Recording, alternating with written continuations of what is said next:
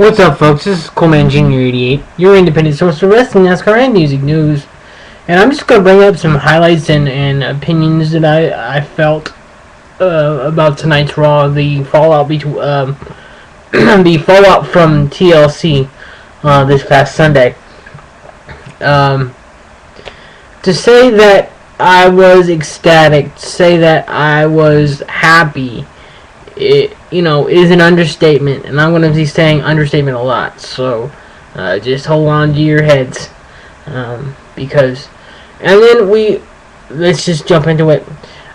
We saw, first of all, CM Punk announce all three new champions: Zack Ryder, Daniel Bryan, and himself. And what I liked about it was CM Punk didn't spend any time on himself. He gave the mic over to Zack Ryder and Daniel Bryan. But before handing the mic over to Zack Ryder, he had mentioned how him and Daniel Bryan met about 10 years ago in about a quarter of a mile away from where they were performing in Philadelphia tonight. So that was a very cool moment, how CM Punk related that from his real life till right now. He said that they worked their asses off for 10 years, and now today they're both current champions in top champions in the company that they all aspire to be in. So that was a very cool moment. Then CM Punk handed the mic to Zack Ryder, and he was just elated. He was over the moon. He was over, how a guy is supposed to feel, and I was very, very happy about that. And then Daniel Bryan got the mic, and he was proceeded to continue to thank everybody who watched his back, and he mentioned how Michael Cole didn't want him in the company, didn't believe he should be in the company, didn't believe he should be world champion, and all you hear is Michael Cole saying, I still don't believe you should be world champion, I still don't believe you should be in the company.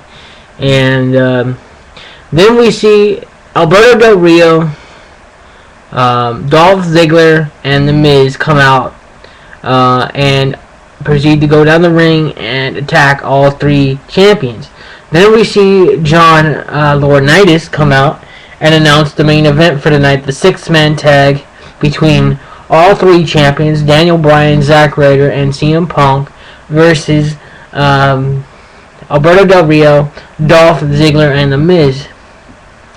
And I'm just going to jump into what I found to be the scary moment of the night. If you guys remember, on my Slammy Award review video for the Monday before TLC, we saw Kane at the end of the show return in this Welders/Jason mask with a very cool plastic or glass eye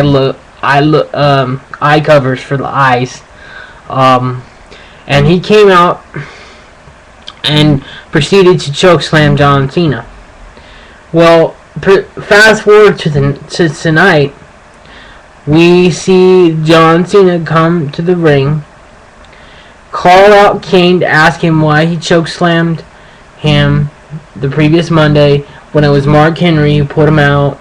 And we don't see Kane, we see Mark Henry come out and say, well, you talk about business, why don't you worry about me? And why don't you worry about your current situation? Mark Henry manages to get to the ring, get up to the apron of the ring, get in the ring, and John Cena thinks he's going to fight Mark Henry. Then we see Kane come to the ring. Well, John Cena says, if last week's attack was a mistake, then let bygones be bygones and stuff like that. If not, if the attack was intentional, come down here and we'll face it like men. Then we see the whole Mark Henry thing. Then Kane comes down, and basically we think that instead of Kane getting in the ring, he goes around the ring, faces Mark Henry, and Mark Henry the whole time is shouting, "I'm injured, I'm injured, I'm injured." So Kane removes the Jason /Welder mask, gets into the ring, and before Kane can get in the ring, John Cena attacks him. Just flat out attacks him. So Kane gets built out to the floor. And of course, being Kane, he lands on his feet. Kane pulls John Cena trips him up, pulls him out of the ring, and of course the beatdown ensues, and he ends up near the announcer's table. Kane picks him up by the throat, puts him on the announcer's table, and this is the most shocking part to me. If you've ever seen independent wrestling, indie wrestling, and if there's a bleed segment in a particular match, a guy would tape up his wrists, and in the tape they would create a slit or a slot to put a razor blade for that particular segment. Or you might see the referee hand the guy who's supposed to bleed during said bleeding segment of the match a razor blade to cut himself during a cover-up moment. Whether it be near the ropes, whether it be outside, face down, the guy might cut himself where he's supposed to be bleeding from. We didn't see that tonight. We saw just very, very simply Kane cover up John Cena's mouth and nose and hold it there for about a minute, maybe 2 minutes. And it was very, very scary. Let's just put it that way. For a PG era episode of Raw, it was very, very scary. Not to the point where, I was really scared, but I was happy scared. I was happy to be scared. I love this Kane. I love this version of Kane. But at the end of it, after about 2 minutes, Kane releases the pressure, and we see a little bit of blood. Not much. We didn't see it all that well because the camera guys widened out and the lights were turned down to Kane's red. The red lighting filter was put over the lights to indicate Kane. So we didn't see it for too long, but we saw when Kane released the pressure from the hold with his mouth and nose covered, John Cena's, we saw a little bit of blood from John Cena's nose. And excuse me. And I don't know what this means. Does this mean Kane wants John Cena to turn heel? Does this mean Kane wants John Cena to hate him? Does this mean Kane hates John Cena and what he stands for? Does this mean John Cena's finally gonna turn heel? Nobody knows what this means. Nobody does, except for the so-called writers. Nobody knows. So I am very, very excited to see where this program goes with Kane. I very, very much hope that it lasts for a while, over maybe 2, maybe 3 pay-per-views.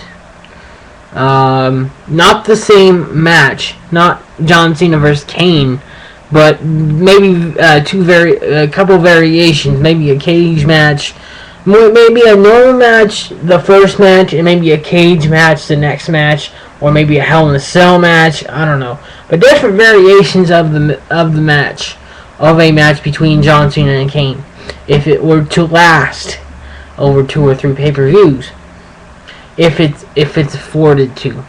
And then what we saw at the what I want to also bring up is the main event. We saw Daniel Bryan submit, not submit.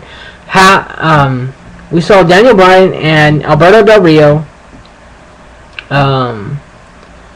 in the closing seconds of the main event.